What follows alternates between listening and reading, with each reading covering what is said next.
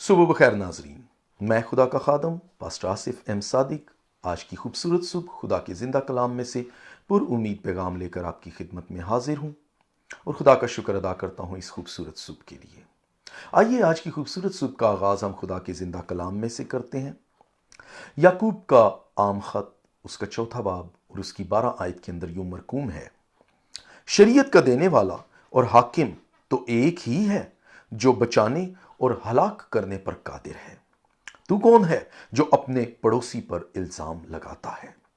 عزیزو، غیر واضح باتوں پر تنقید نہ کرنا مسیحی کردار کا خاصہ ہے۔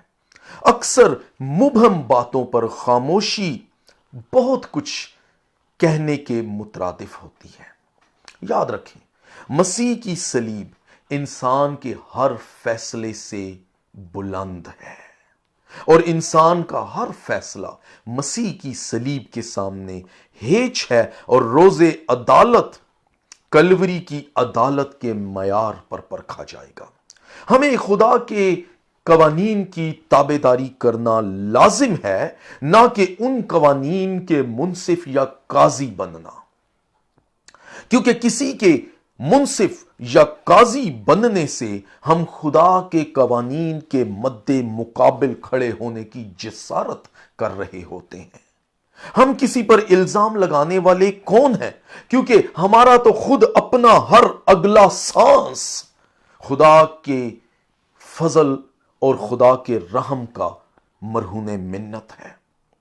دوسروں کے منصف بننا دراصل مسیحیوں کے پرفضل اور اتم معیار سے گر کر خود کو قانون کے دائرے میں محصور کر دینے کے مترادف ہے۔ ہم کلام پر محض غور ہی نہیں بلکہ کلام پر عمل کرنے کے لیے بلائے گئے ہیں۔ اگر کسی کا رویہ ہمارے شخصی معیار کے مترادف ہے تو اس کا یہ مطلب نہیں کہ ہم اس کے منصف بن بیٹھیں۔ ہمیں اپنے رویوں اور اخلاقیات کا تجزیہ کرنے کی ضرورت ہے، نہ کہ دوسروں کے۔ یہ خدا کا کام ہے کہ دوسروں کے معیار کو وہ پرکھے۔ ہمیں صرف اپنے تصورات، خیالات اور احساسات کی حفاظت کرنے کی ضرورت ہے۔